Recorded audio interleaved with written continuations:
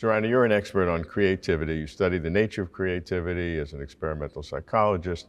And you make a fundamental assumption, which you don't even think about, that there is such a thing as consciousness, which enables the creativity or does the creativity, however you want to describe it, and that's entirely rational.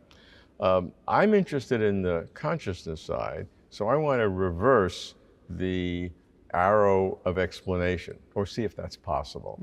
So I want to assume the creativity and understand the creativity and see how that might affect my understanding of what the consciousness is, because you have to have that consciousness with a certain kinds of properties or a nature of existence or something that can be a driver of creativity. So knowing what you know about creativity, walk me through that and see what you can say about consciousness. To answer your question, we should start with thinking of what creativity is.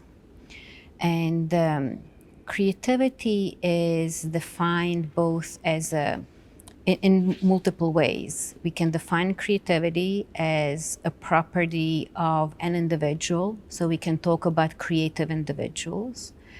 It can be a property of certain products.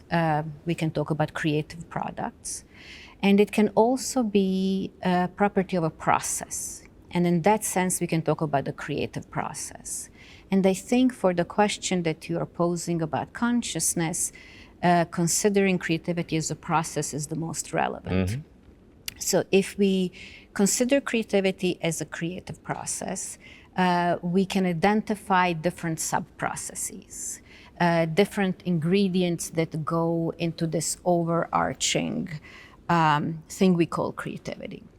And usually we talk about starting the creative process with something that we have labeled problem finding. And problem finding, it means a few different things. It means identifying a problem that is worth studying, that is important to study in some fashion, or that is studyable, that can be addressed with the methods and ways of knowing that we have available.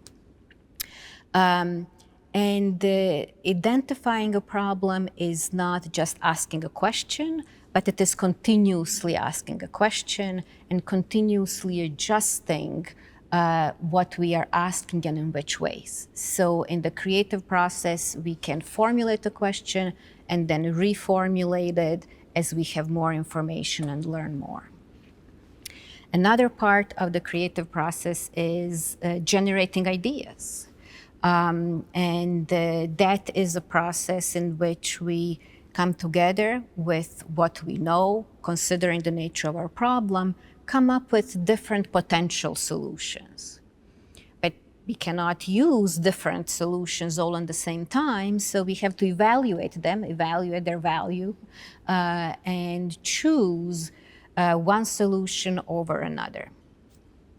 And then we have to develop these potential solutions or something that we evaluated as promising, develop it further, take it from a possibility to something more tangible. And this process oftentimes is long-lasting.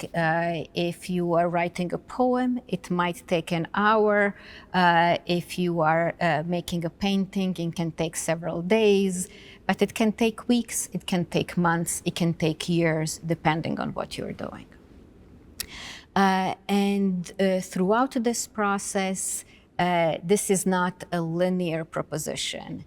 It does not start with identifying the problem, after which you generate ideas, after which you evaluate them, and so on. But it is a process that can go back and forth.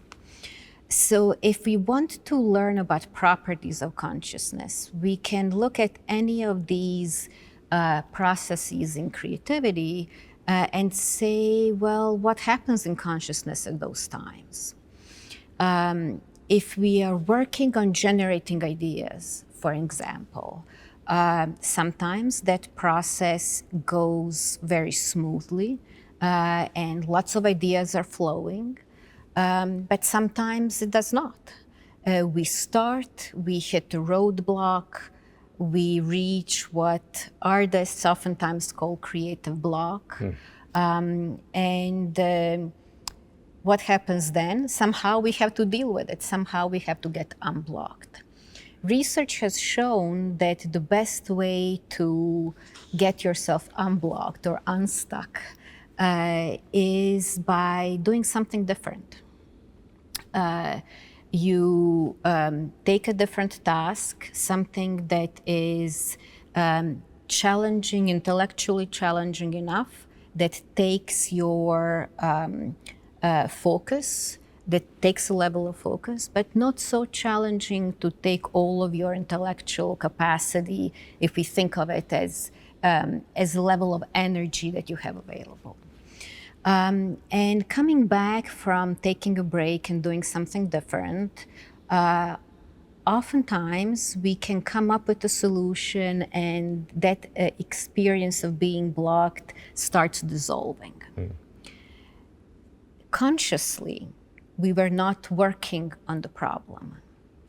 The content of our consciousness was focused on something completely different.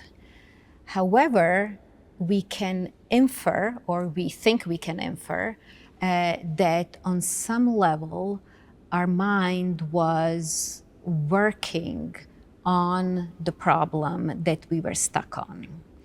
And that some kind of reorganization or different perspective took in our mind that when we came back to the problem, we could see it in a different way. We were not doing that with our conscious mind, we were not aware of it, but we can observe the properties or the effects of this process. And consciousness has to be of such a thing that it can do that. That's the most common thing in the world to us now, because we're just living and it just seems natural. But if you think about it for a second, that's really remarkable. It's really remarkable that we have consciousness, the content of consciousness that we can put into words, that we are aware of, but there's also a level that is processing information that we cannot put into words, but we can observe the effect of.